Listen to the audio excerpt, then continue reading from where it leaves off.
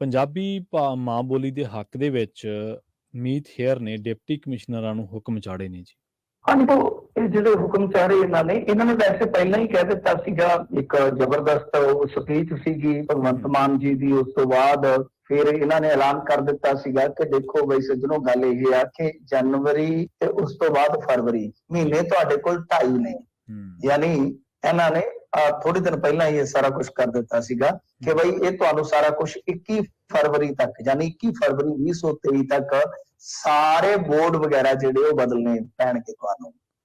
ਤੇ ਉਹਦਾ ਨਤੀਜਾ ਵੀ ਵੇਖਣ ਨੂੰ ਮਿਲਿਆ ਸੀਗਾ, ਕੁਛ ਨਾ ਕੁਛ ਚੰਗੀਆਂ ਪਹਿਲ ਕਦਮੀਆਂ ਚੰਗੇ ਨਤੀਜੇ ਵੀ ਦਿੰਦੀਆਂ ਜੇ ਸਾਰਥਕ ਤਰੀਕੇ ਦੇ ਨਾਲ ਅੱਗੇ ਵਧਿਆ ਜਾਵੇ।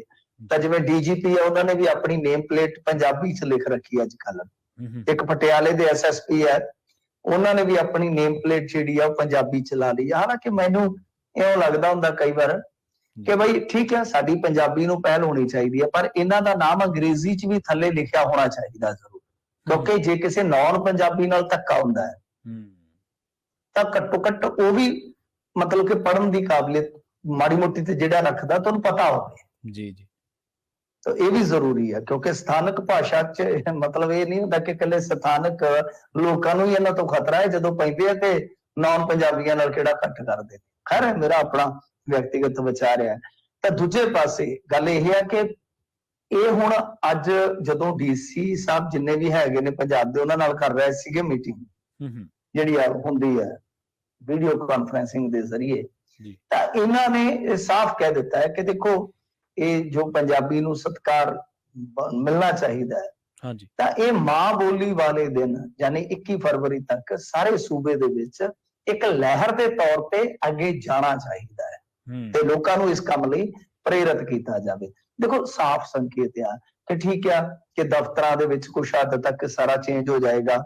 ਫਿਰ ਮਤਲਬ ਕਿ ਕੁਛ ਅਫਸਰ ਜਿਹੜੇ ਮੰਨੇ ਮਨ ਨਾਲ ਜਾਂ ਅਣਮੰਨੇ ਮਨ ਦੇ ਨਾਲ ਉਹ ਵੀ ਕਰ ਲੂਗੇ। ਹੁਣ ਇਹਨਾਂ ਨੇ ਇੱਕ ਚੀਜ਼ ਹੋਰ ਕਹੀ ਹੋਈ ਹੈ ਨਾ ਕਿ ਜਿਵੇਂ ਹੁਣ ਜਿਹਦੀ ਪਬਲਿਕ ਪ੍ਰਾਪਰਟੀ ਹੈ ਕਿ ਉਹਦੇ ਵਿੱਚ ਵੀ ਬੋਰਡ ਜਿਹੜਾ ਪੰਜਾਬੀ 'ਚ ਲੱਗਾ ਹੋਵੇ, ਪੰਜਾਬੀ 'ਚ ਲੱਗਾ ਹੋਵੇ। ਤਾਂ ਹੁਣ ਦੇਖੋ, ਪਬਲਿਕ ਪ੍ਰਾਪਰਟੀ ਦਾ ਕੀ ਮਸਲਾ ਹੈ ਕਿ ਤੁਹਾਡੇ ਕੋਲ ਫਿਰ ਜਾਂ ਤਾਂ ਬੜਾ ਜ਼ਬਰਦਸਤ ਕਾਨੂੰਨ ਹੋਵੇ।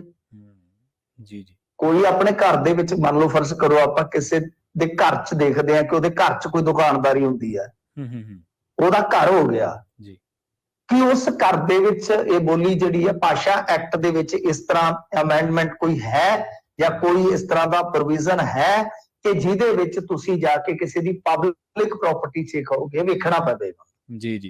ਕਿਉਂ? ਕਿਉਂਕਿ ਜਿੰਨਾ ਮੈਂ ਭਾਸ਼ਾ ਐਕਟ ਸਾਡੇ ਕੋਲ ਹੈ, ਪਰ ਇਹ ਸਫੇਦ ਹਾਥੀ ਆ। ਕਿਉਂ? ਕਿਉਂਕਿ ਇਹਨਾਂ ਦੇ ਅਫਸਰਾਂ ਨੂੰ ਹੀ ਨਹੀਂ। ਉਹ ਤੇ ਅੰਗਰੇਜ਼ੀ ਜਿਹਦੇ ਸਾਰਾ ਕੁਝ ਕੱਢਦੇ ਆ। ਕਾਰਵਾਈ ਦੇ ਨਾਮ ਤੇ ਕੀ ਹੈ ਕਿ ਵੱਧ ਤੋਂ ਸਕਦੇ ਹੋ ਤੇ ਕੋਈ 200-400 ਰੁਪਇਆ ਜੁਰਮਾਨਾ ਪਾ ਕਰ ਲਓ। ਗੱਲ ਇਹ ਹੈ ਕਿ ਇਹ ਚੀਜ਼ ਥੋੜੀ ਤੁਹਾਨੂੰ ਸਖਤ ਕਰਨੀ ਪਵੇ ਜਾਂ ਕਾਨੂੰਨ ਕੋਈ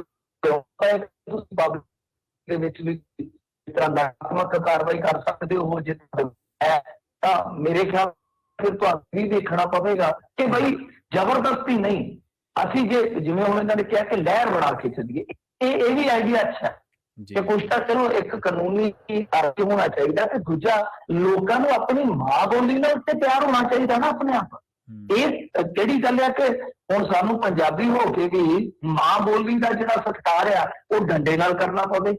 ਇਹ ਤਾਂ ਬੜੀ ਅਲੋਕਾਰੀ ਦੀ ਗੱਲ ਹੈ ਨਾ।